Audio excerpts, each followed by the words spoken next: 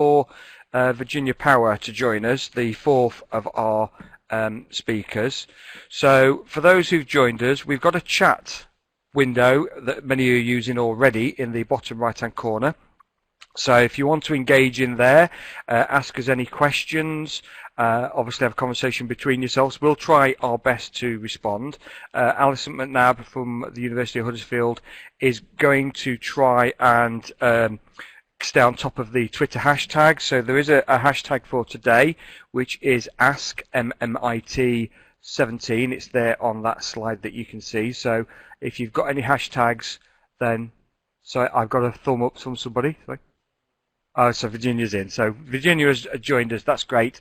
So use the conference the webinar hashtag to ask any questions. Again, have any kind of conversations that you wish, and we have this chat box in the right hand corner. We'll do our best to answer everything we can and to engage as best as we can, and we're very, very pleased to have so many of you with us. So further ado, hopefully our other three presenters have got their microphones working. We'll find out in due course. And just to go around, I'll start. My name is Andy Tattersall. I'm an information specialist based at the School of Health and Related Research at the University of Sheffield. I'm the chair of MmIT. And just to see whether everyone will start with Alison. Alison, can we hear you? Hello, can you hear me? Am I muted? Hello? Hello?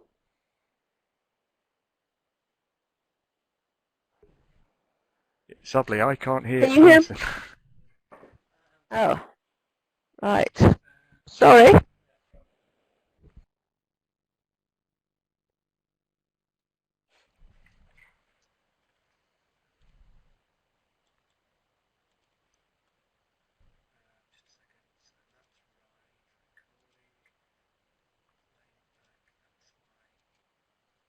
Hello.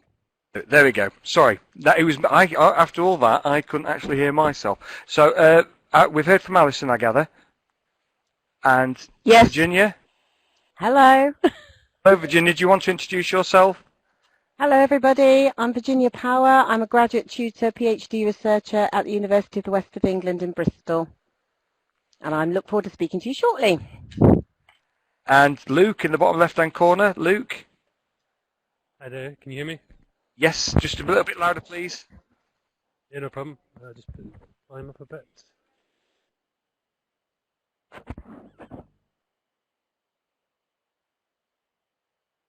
Can you hear me now? That's good, yeah. Yes, I'm Luke Burton. I'm the Digital Development Manager here at Newcastle City Council, working in the public libraries. So we're going to start with Virginia. Just quickly for our presenters, they should have control over the slides, just to let them know, and they can manipulate the slides in the bottom left-hand corner with those arrows. So if there's any issues, I can move them forward. So Virginia, you're going to talk about, we're going to go straight into it, dip straight into the tools and technologies that you've come to hear about, and it's you, Virginia, first talking about your two. Okay, lovely. Thanks very much, Andy. Right, the two that I've chosen to focus on, the first one is Screencast-O-Matic. It's something I've used for a very long time and I'm very wedded to. I obviously have screencasting available at the university, but I still actually fall back on this one quite a lot. Basically, Screencast-O-Matic, as it says there, making screencasting free and easy. So you literally have a very straightforward approach. Certainly if you're on Windows, you don't have to download anything, but you can download it if you are a Mac user. Now, I'm going to go through a few slides, start off with sort of the practicalities, what it costs, etc., and then I'll move into perhaps some of the ways that you can use it, and certainly the ways that I've used it in the past. So as it says there, it is free. You get 15 minutes of recording, which actually is quite a long time. I've done a full presentation of about 20-odd slides actually using the screencasting, so it's a very practical tool. And obviously if you want to go pro, as it says there, it is offered for a year at a very, very good price of £11.64. And what that tends to help you do is actually be able to upload it to lots of different platforms if you wanted to, make it more widely available. And again, I'll mention that towards the end of this particular session. How do I get it? Well, it's very straightforward. There's the link, so you'll be able to follow that up shortly. So what can you use it for? Well, it's really good for on-screen tutorials. One of the ways I have used it particularly is when I've been trying to describe a database to somebody. And many people like to learn by doing or learn by visual presentation. And this is perfect for that because you can actually outline the part of the screen that you're wanting to capture and be able to follow it with, as you talk over it, you can actually move the cursor around the screen. And anyone watching it then subsequently will be able to follow exactly what you've done to achieve the area you need to look at. As it says there, so straightforward to actually present. You outline what you want to record, you press the record button, you get a 3, 2, 1 countdown, and off you go for your 15 minutes. What I would say also, you can stop and start. So if you sort of stumble over your script or you think, oh, actually, I need to say something else, you can go back and re-record it, and it actually takes on those edited portions quite easily. Lots of help and guidance on the website and using screencasting. Not many case studies around as such, but I can give you lots of sort of guidance on the ways I've used it. Another way I've used it is describing how to use Google Chrome.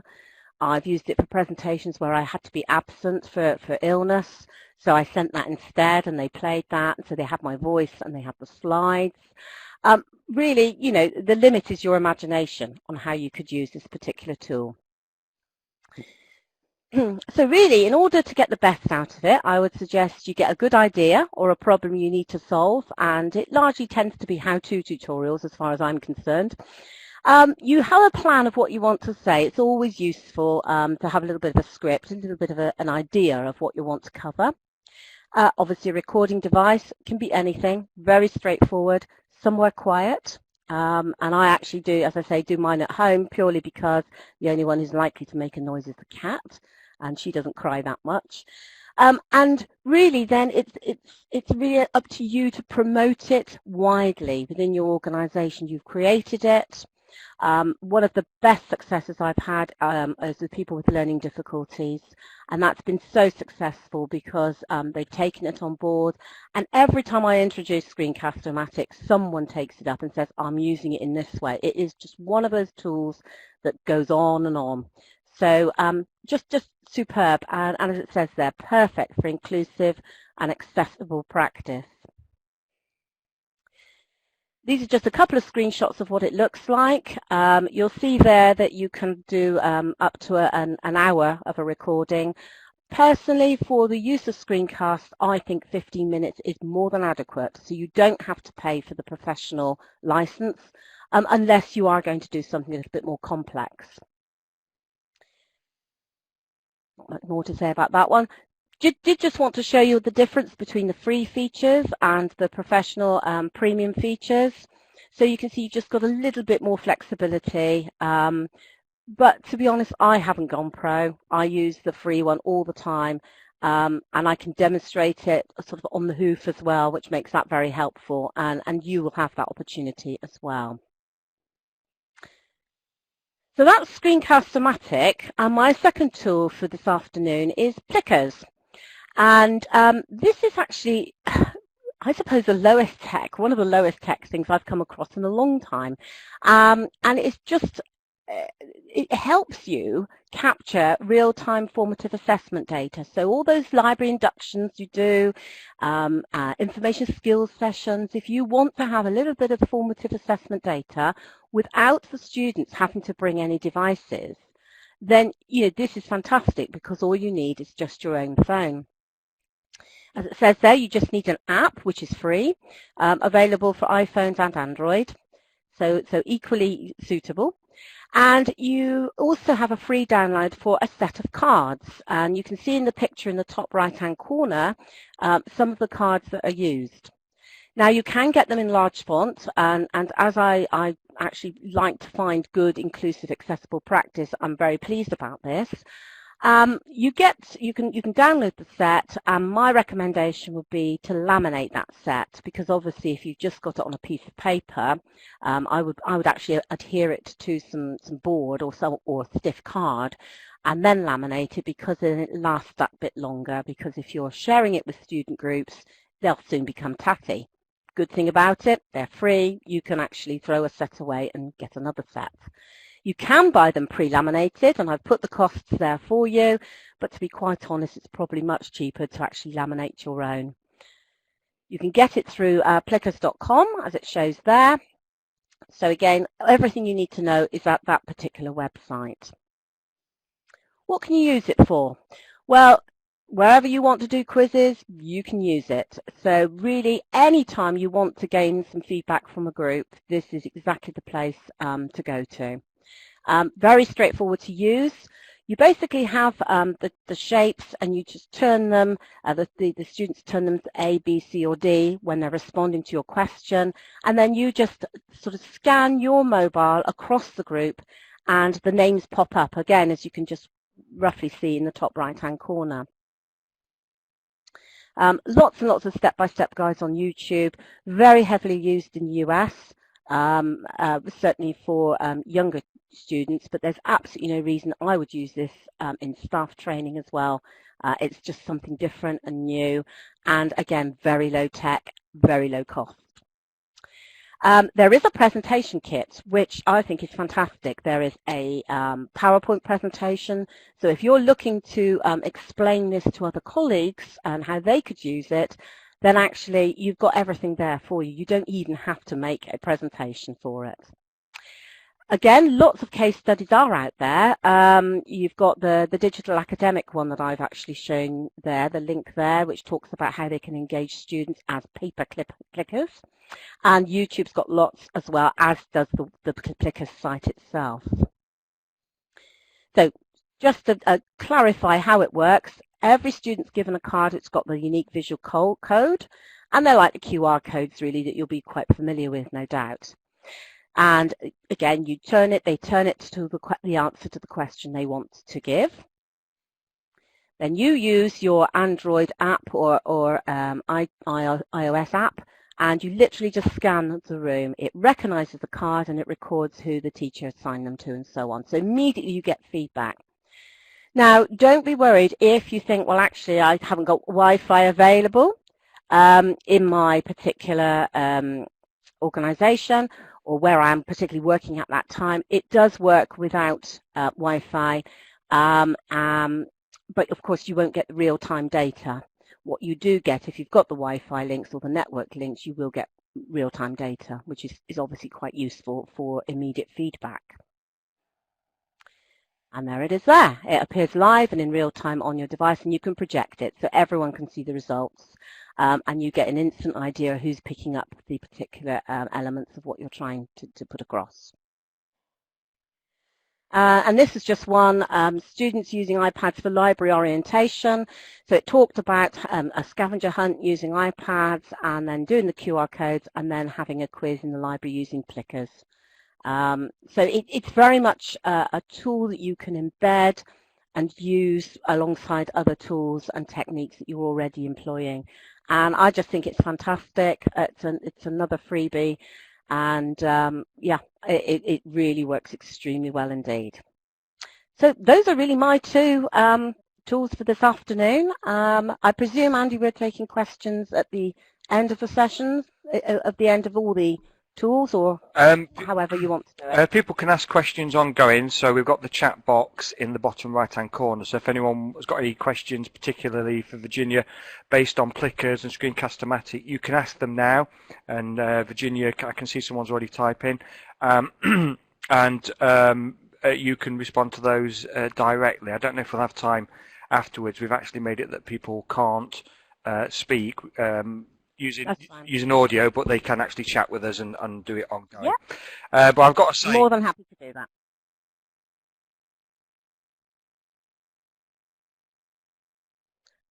Andy, have you just muted yourself? Sorry, I just accidentally muted myself. Somebody had to do it. Yeah, I was just saying, Screencast-O-Matic, I've got that myself. I've got a 3-year license, and we have got some really good screencast software at the university. But I like the fact it's so simple, it's so portable. I could just log on any machine, and I could just record. And the editing's very nice. It just works really well, doesn't it, for what it is? So it's really Absolutely. cool. So the two that I'm going to talk about, the first one, which I've used quite a lot and I've spoke quite a lot about, is Adobe Spark. When Adobe Spark appeared, unfortunately, they just made it for iOS, and it's a, I won't go as far as saying it's a full animated, but it makes animated presentations. And it's since now moved on to desktop, and you can use it on mobile devices and use it on a Mac and on a PC rather than just on iOS. And it's also been extended to allow you to make professional, very, very high impact posters with very little kind of skill and effort. And the poster that we created for this Eventbrite page, I don't know if you remember seeing it, the striking picture of the library, that was created using Adobe Spark. And I know you could do that in PowerPoint, but the actual manipulation, the image and color manipulation, text manipulation is superb on it. So you can make presentations primarily using audio and record it and share to YouTube and other platforms. What's so good about it is it uses a lot of royalty-free images, and they're unlike the old clip art images that we used to get on the web 10, 20 years ago. They're quite nice. They're a little bit more tasteful, and there's a wealth of those that you can use. So if you're doing a presentation on your library service or how to support researchers or NHS staff or the general public, you will find an image for pretty much everything. On top of that, you can create social banners for Facebook, Twitter, LinkedIn. So it allows you to create a whole image and a persona, whether that's as an individual delivering learning and teaching materials or whether it's for a library service. It's free, which is great. And you get it by going to Adobe Spark. If you just search for Adobe Spark, you'll find it. The URL is at the bottom. And it is very simple to use. So say you can use it to create tutorials, marketing materials, awareness materials. It's very intuitive. If you've got a tablet device, primarily I use it on an iPad. If you get the app, which I've got an iPad now, I can't remember now if there is an Android version of the app, but there is an iOS. But don't let that put you off if there's an Android. You can use it on a desktop computer. You can't make mistakes. Your presentations do look relatively seamless because it's storyboarded. So each part of the presentation, like a PowerPoint slide or a Google Slides presentation, each part is recorded separately. So if you mess one tiny bit up, you can rectify it again and again. So it only takes a few seconds to do one slide. If you get it wrong, you just re-record straight away. There's a lot of support materials for Adobe Spark. To be honest, it's one of those tools like Screencast-O-Matic that is, once you actually start to use the basics, you kind of get everything that you need from it. So it's very, very self-intuitive. There's royalty-free music with it. There's around 20 tracks that are all very, what I'd say, are very twee, but that's the kind of music that you want on your presentations. You don't want something that's going to overpower, that's going to take over. So, and the music's quite nice. It's not tacky or anything. It's quite nice. It can be quite dramatic. And in terms of case studies, I suppose I can just use my own. I used it first around 2.5 years ago to make a series of videos called Research Hacks, and I've made around 50 of these. I made them all pretty much within a few weeks of each other, and I say it got to the point where I was making a research hack, I was scripting it, I was recording it, I was editing it, I was uploading it to YouTube within less than 30 minutes per research hack. I was doing a lot of other work at the same time, so I know that at that point I was able to make quite a lot quite simply, because there's things that everyone here in this webinar will be an expert on. There'll be some area that you work in that you can easily translate, and Adobe Spark is the platform to allow you to do that.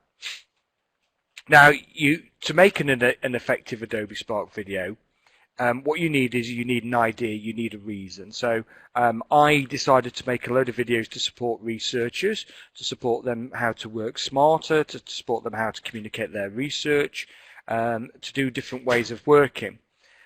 The best way to make a Spark video is to have a script, and your script only needs to be 250 words to make a 2 to 3 minute video. Most of these videos don't need to be much more than 3 minutes. If you've got something that you want to explain, think about whether you can chunk it up. Think about whether you can break them up into small component parts, and then you can make a collection of these videos. And the good thing about this is if a certain part of your collection becomes outdated or needs updating, you just replace that little part. Instead of doing a 30-minute presentation on here's 10 ways to support a researcher, do 10 little videos that may kind of have slightly different audiences. So you'll need a recording device, so an iPad, a laptop, a computer with a microphone and headset. It's best to have something that is going to be relatively kind of close to your mouth. I've actually got an actual USB microphone that I use for the iPad, which is even better than this one. It's a proper podcasting Rode mic. Then you need editing software, potentially, not essential, but I've got Camtasia, which is a paid-for piece of software. But if not, there are kind of free ones out there that you can get. Movie Maker, if you're still using XP, but hopefully no one is, as we've seen what's happened as a result of that in recent days. But if you're using a Mac, you've got iMovie, and there are other things out there, VLC Player, and other tools that are free kind of editing tools as well. But you can edit as well within Adobe Spark. You then need a hosting platform. So if you haven't got one already, then obviously Vimeo and YouTube are very good. YouTube, I think, is very good in terms of the kind of the bulk audience. It's where the big audience is. You get good analytics on YouTube. But Vimeo, I've always found to be a nice, clean platform as well. It looks very nice. YouTube has become a bit more Vimeo in recent years.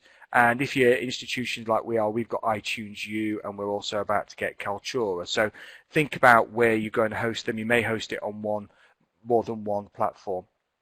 And then you can't just make videos and let them sit there as a separate entity. Think about using social media to communicate and share your newly made videos. I was trying to think of the video editor that I'd not included. I think I mentioned VLC Player. Graham Steele has just said it's Ace. It is Ace. It's a very, very adaptable free video encoder and editor.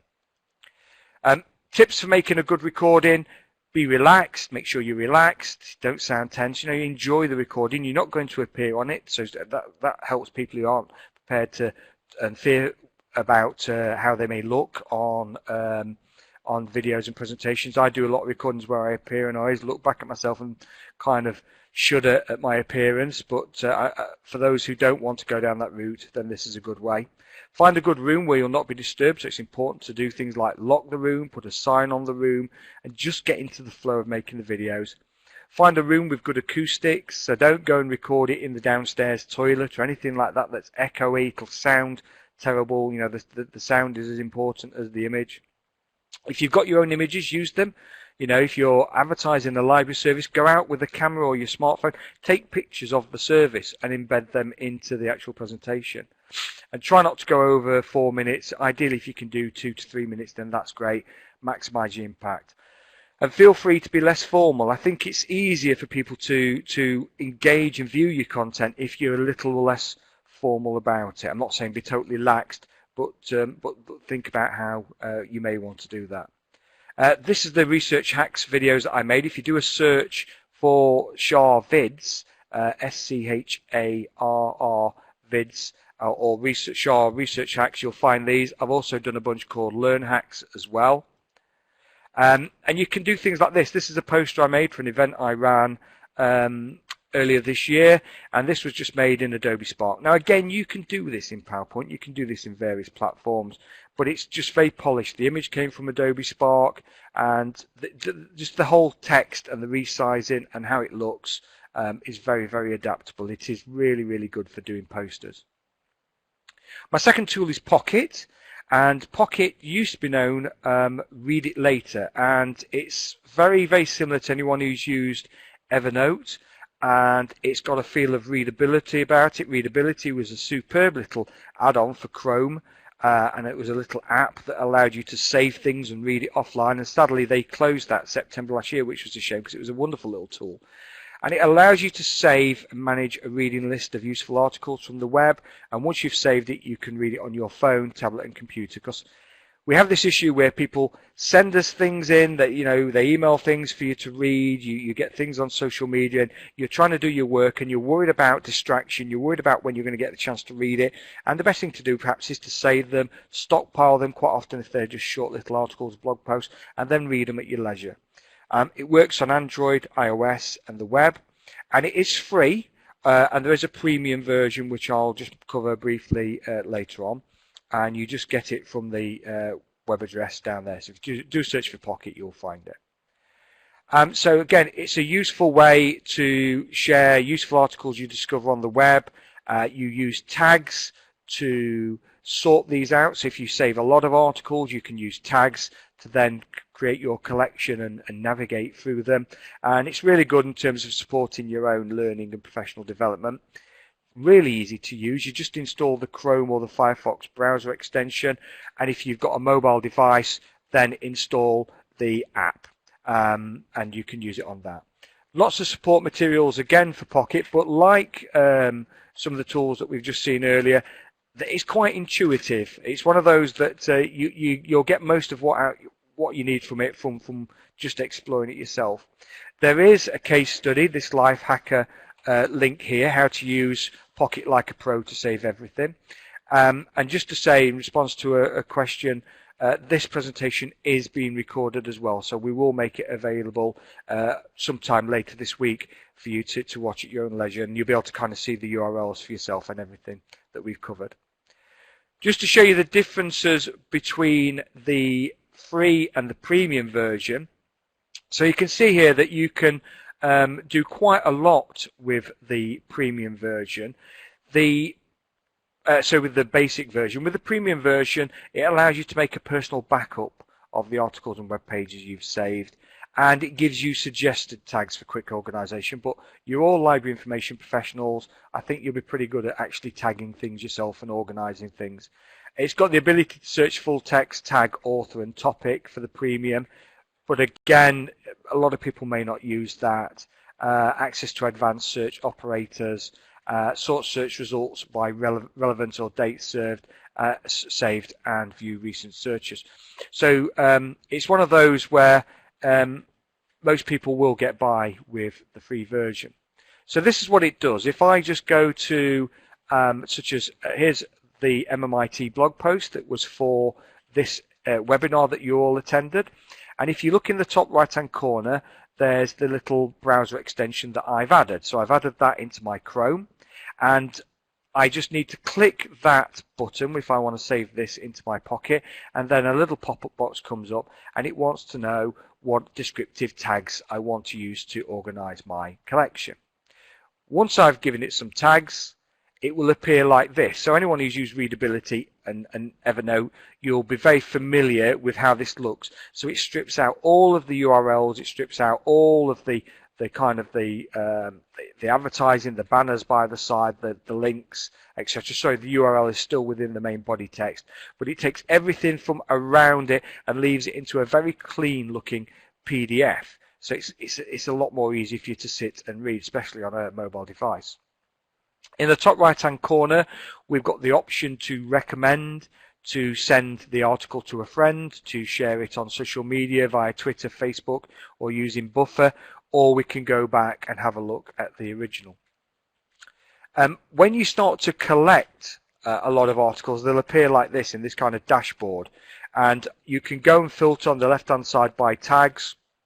You can have a look at your favorites, and like anyone who's ever used any tools like Scoop It, anything like that, even older tools like Delicious that used to be very popular about 10 years ago, it starts to learn what you like, it starts to recommend things for you, and again it can help generate things that may be of interest for you. So it's another good knowledge search engine.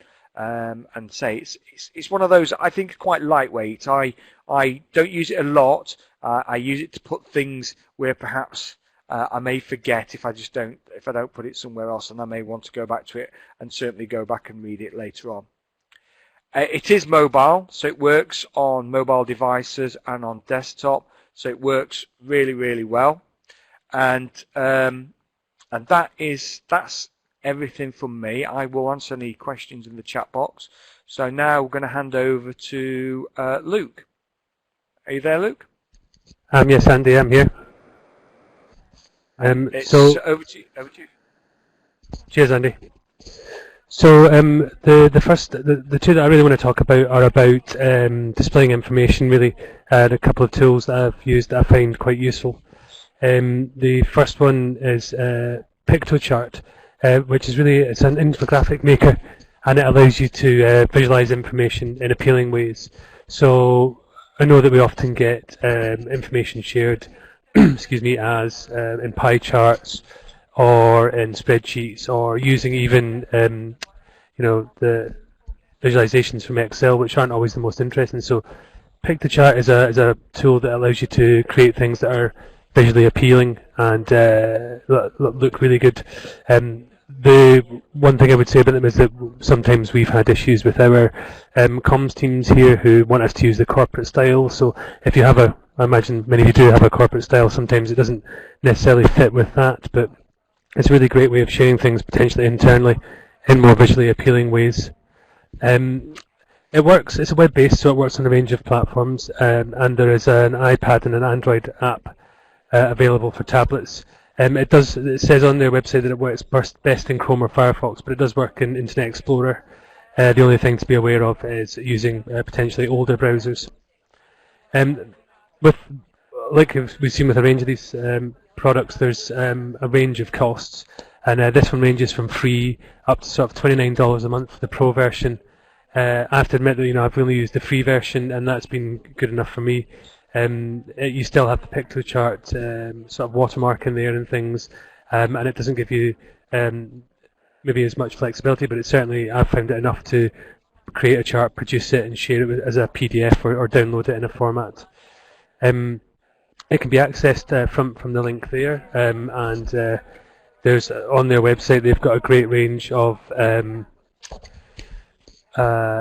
examples of how it's being used, different styles. You can start from scratch, or you can use one of their templates, and there's a really simple drag and drop where you can drag different sections of the infographic around, and then you can preview it before you finish producing it.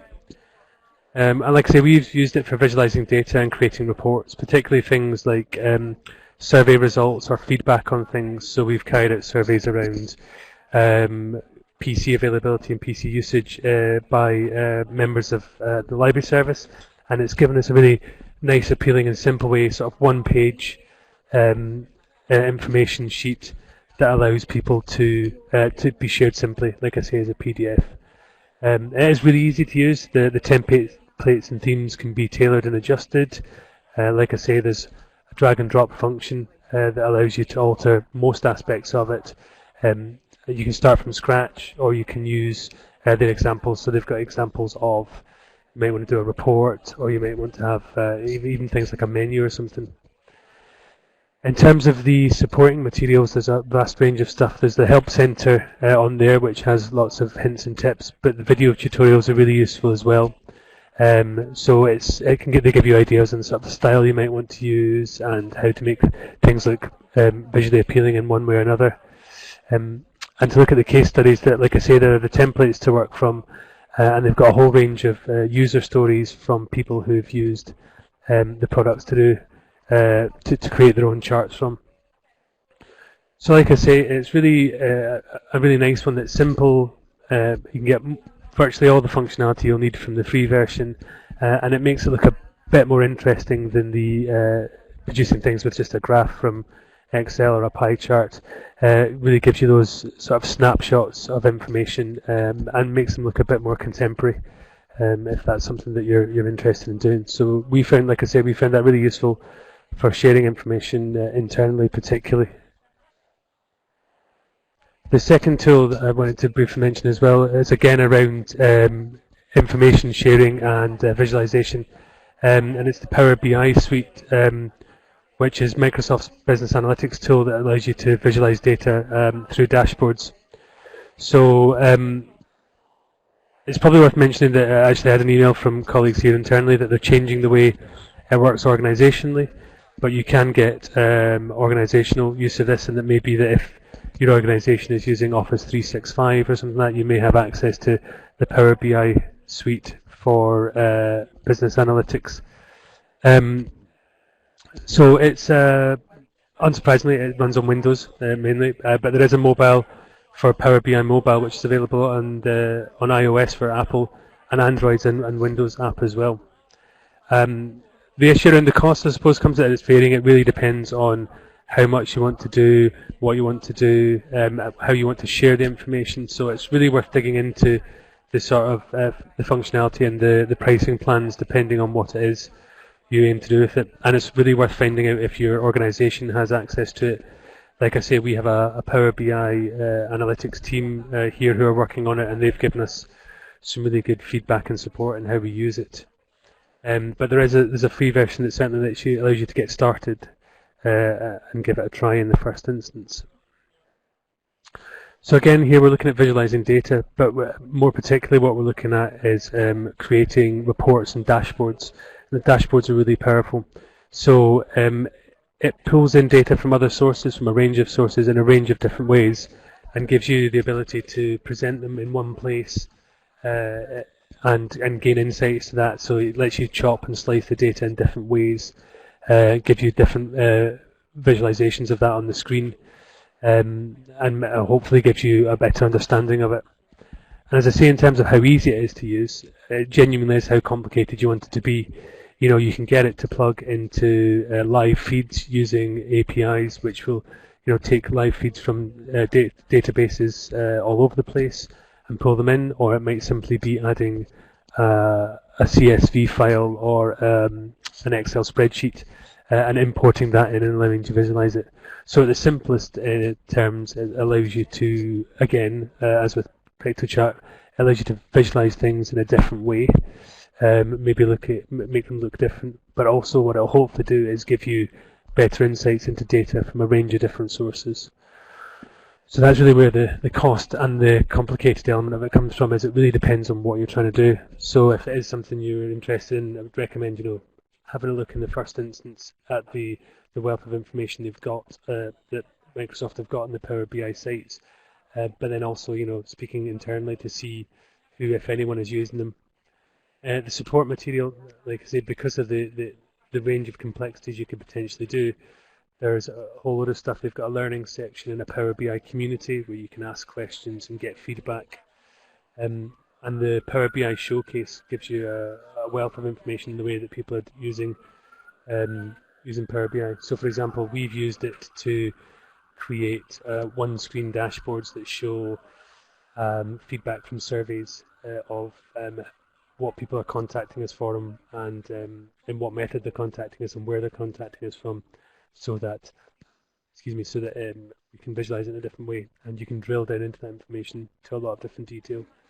So whereas on the one hand, PictoChart gives you that simple overview in a visually pleasing way, Power BI has the potential to be vastly complicated and bring together such a range of information that it'll hopefully give you new insights into the way that things are done. So that's me done from that point of view. So I'm going to hand back over to Andy, and we'll see what we're doing next. But like I say, any questions, just either get me on Twitter at BibliLuke or in the chat box. Thanks for that, Luke. So now we're going to hand over to Alison. Alison, are you there to talk about Mentimeter? I'm hoping Alison is there. Hello, Alison. I don't know if she's dipped out or disappeared. She's appeared there, but there's no microphone button. That sounds like Alison. Hello, Alison.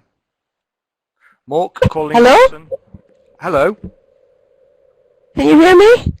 I can do, yes. You're a little bit loud. Maybe move away from the mic a tiny bit. Okay, it's I'll adjust the volume. Yes, Sorry. yes.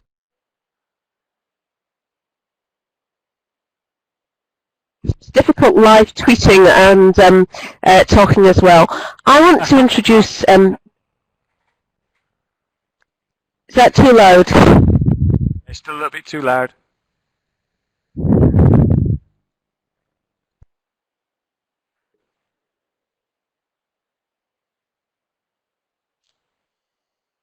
How are we doing? Are you there? That better? Hello, hear can you me? speak again? Yeah? So you just want to say Right. something?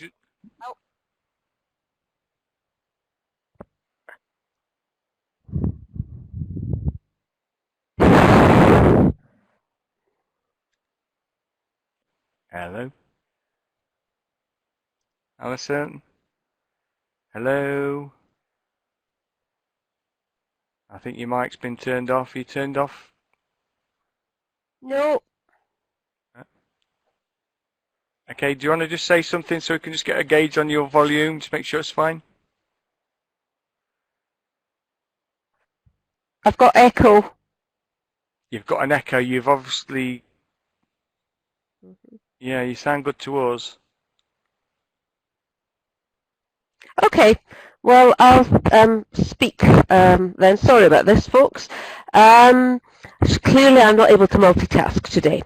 I want to talk about Mentimeter, which colleagues here at Huddersfield introduced me to, and it's like all the tools we've been mentioning today. It starts off free, and we've certainly found we've not had to pay for it at all.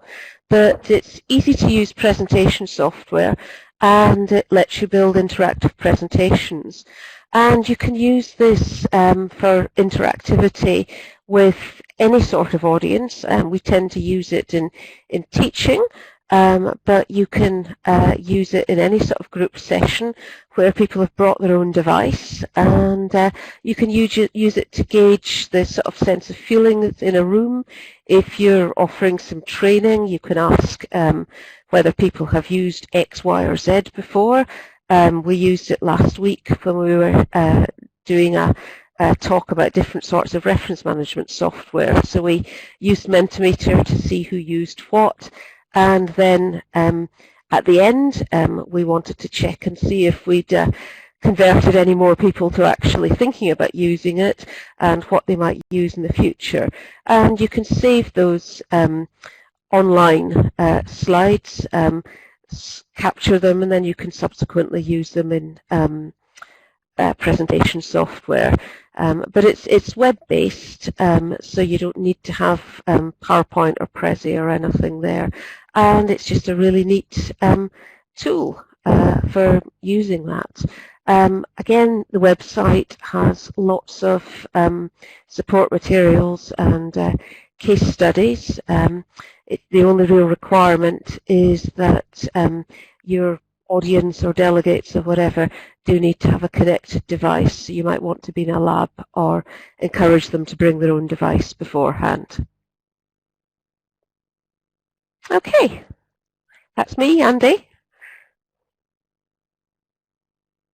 Okay, thanks for that, Alison, and for doing our live tweeting as well. And say, if anyone has got any questions, you can still use the hashtag AskMmIT.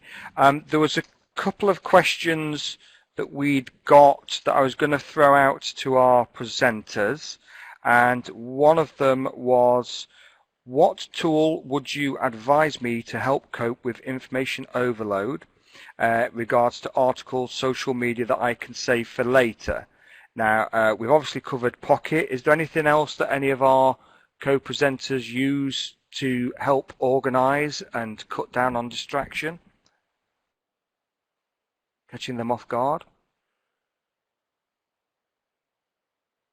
And they'll need to unmute the mics just in case they're chattering away to themselves.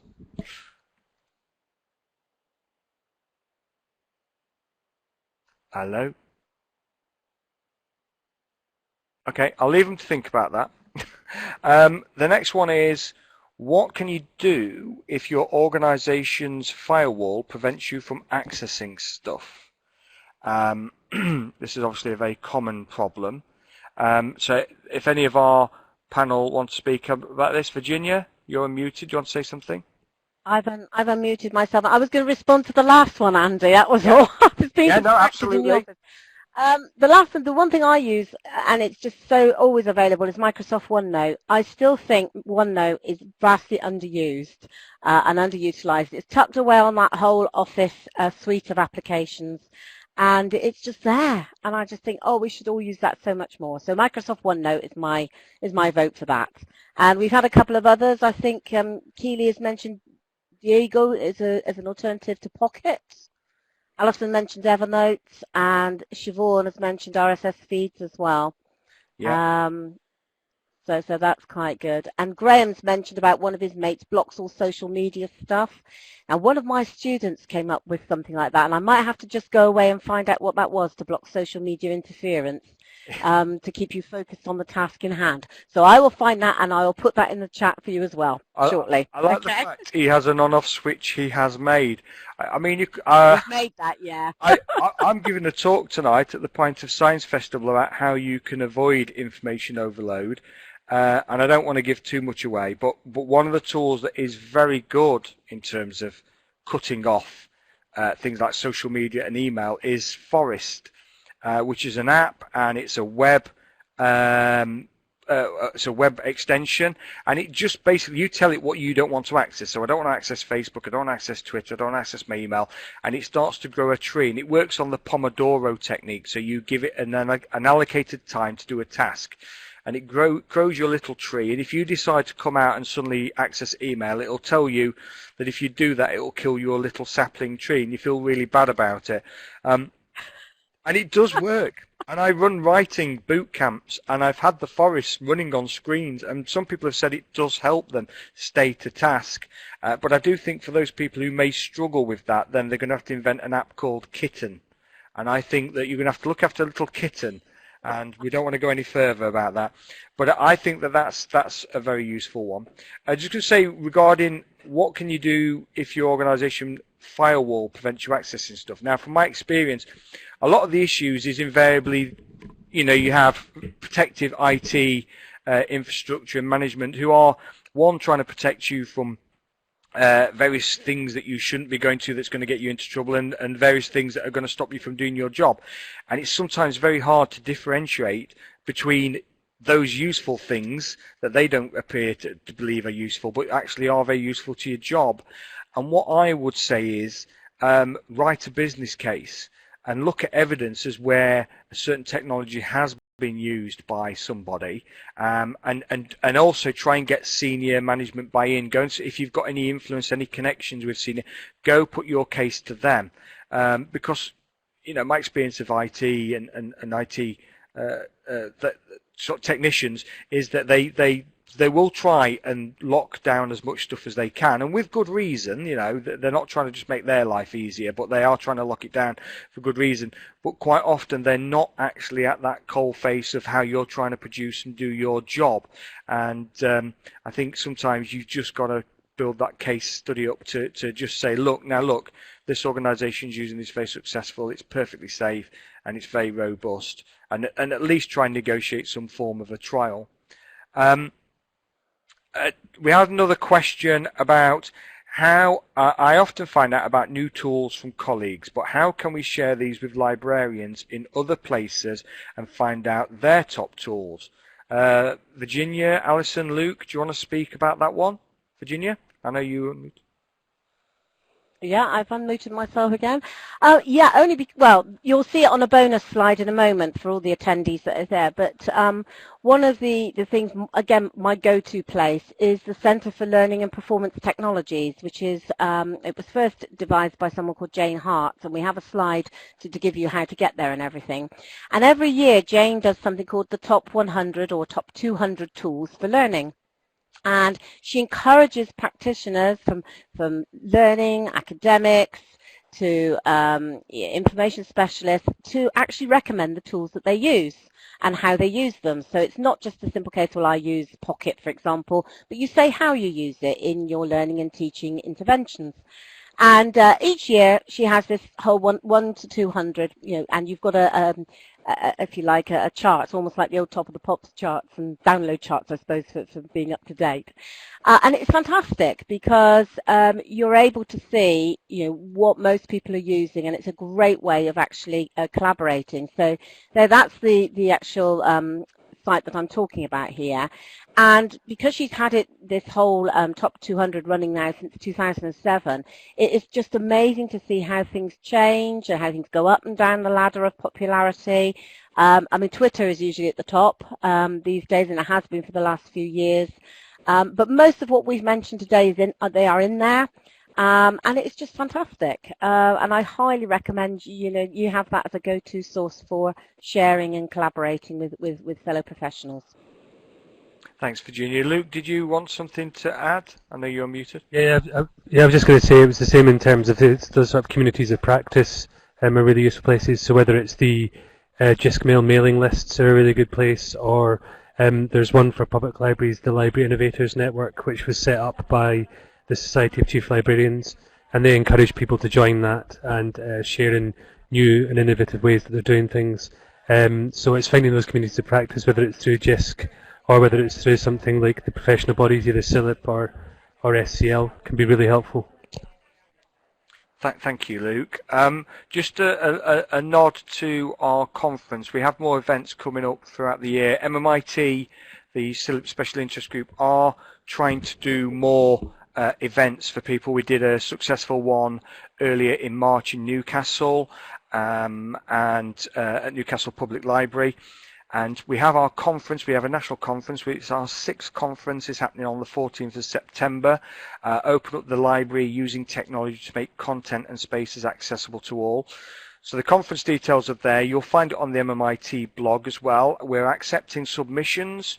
It will be hosted in Sheffield, so nice and relatively central within most places of the UK. So we do suggest you share this with colleagues, and the conferences have been really well received, and we've had some excellent talks over the last few years. So please feel free to submit something to this year's conference. There are still a few weeks, and I think we may extend the actual conference deadline, as a lot of events seem to do these days. But so feel free to do that. We have just one other question here.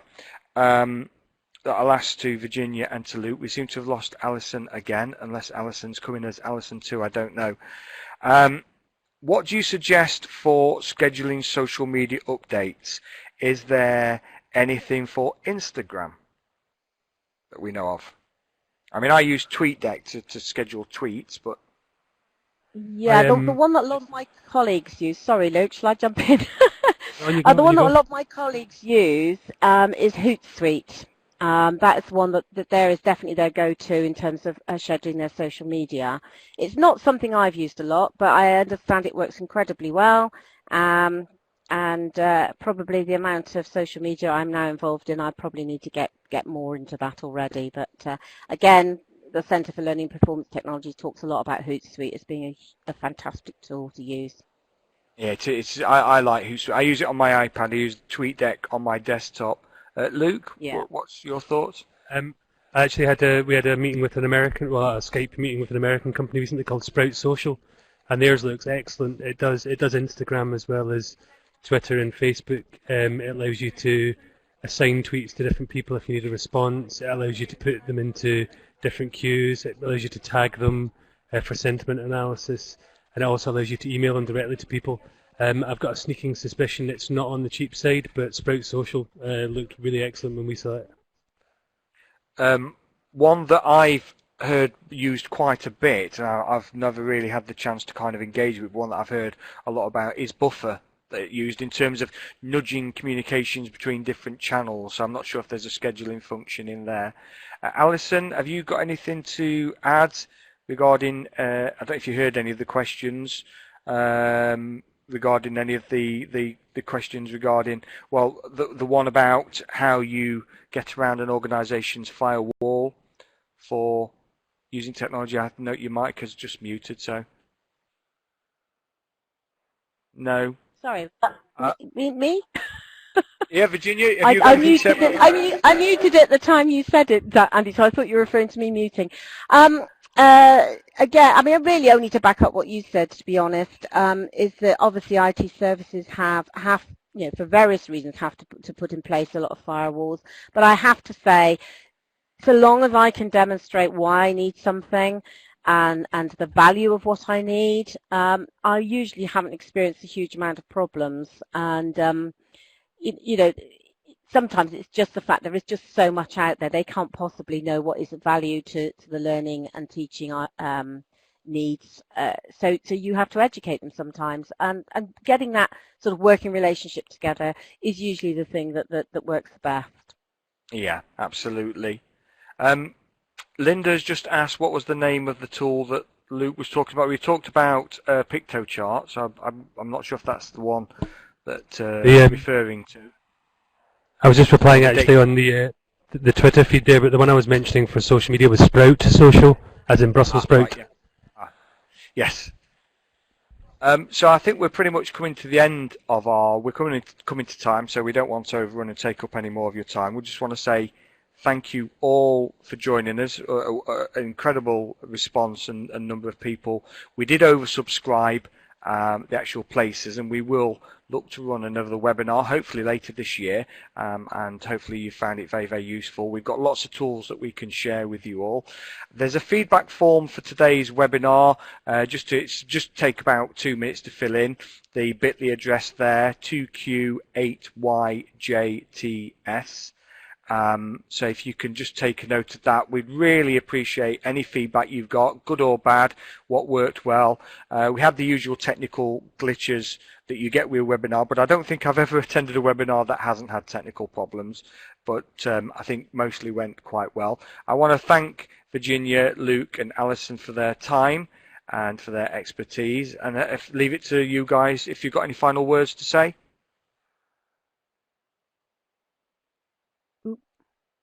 No, thanks for everyone for coming in and listening, and thanks for sharing some of your tools as well, because this is what this sort of thing is all about. You know, we have to share what we all know, because we can't know it all. So thank you very much. Yeah, thanks everyone. Alison? Hello, Alison, anything? We'll take it as a nod. Alison nodded.